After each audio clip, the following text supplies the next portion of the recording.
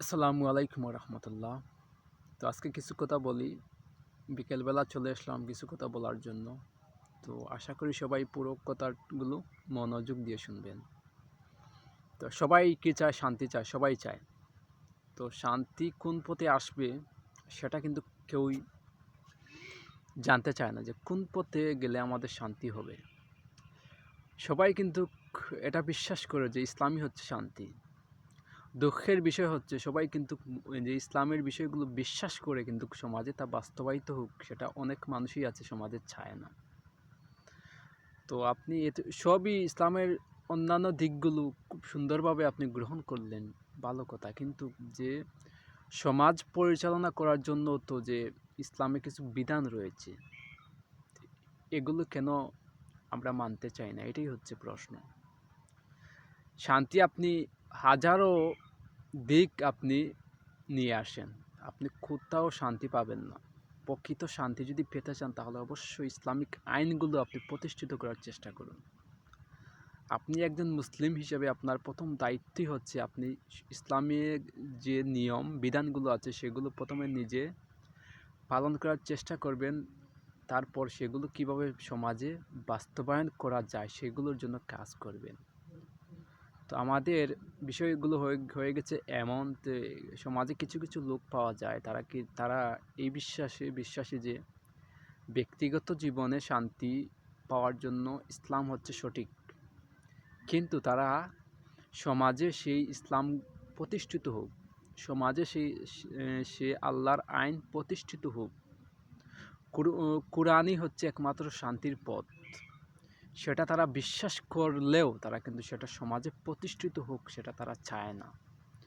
তারা চায় না বলেই সমাজের এই পরিণতি। তারা চায় না বলেই কিছু কুচক্রী মহল এখানে কিছু সুযোগ নেয়। তো তাদেরকে বুঝিয়ে বাজিয়ে বিভিন্ন দিকে নেওয়ার চেষ্টা করে।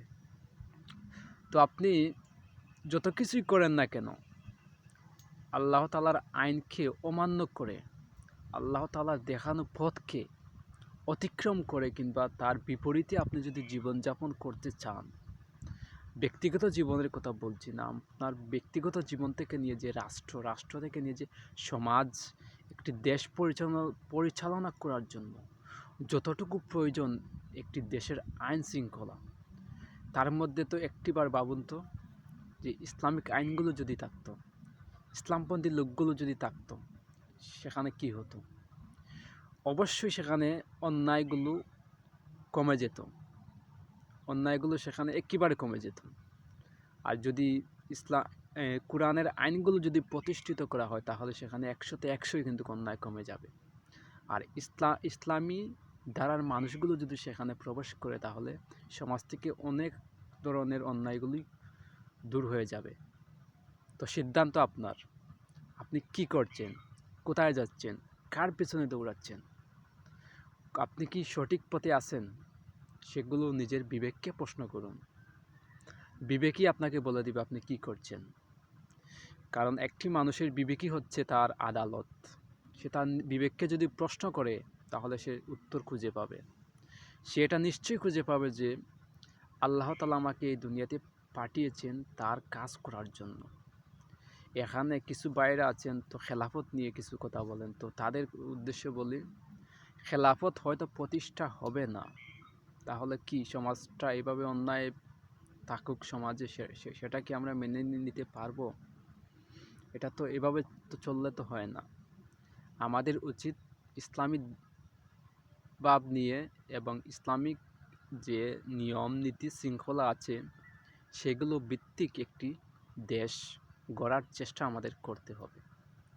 তো এতটুকুই বলে আমি আমার সংক্ষিপ্ত এই ভিডিওটি আমি এখানে শেষ করলাম। আশা করি সবাই কিছুটা হয়তো বুঝেছেন এবং আগামী আসছে দিনগুলোতে ইসলামপন্থী মানুষগুলোর সাথে থাকার চেষ্টা করবেন। ইসলামই হচ্ছে শান্তি, ইসলামই হচ্ছে মুক্তির পথ। আপনি ইসলামের পথে থাকবেন, ইসলাম বিজয় হবে, হয় আপনাকে নিয়ে অথবা আপনাকে রেখে। এতে লাভ হচ্ছে আপনার, আপনি যদি সাথে থাকেন তাহলে আপনার লাভ। এখানে বুঝে শুনে আপনার সিদ্ধান্ত আপনি নেবেন। আল্লাহ হাফেজ।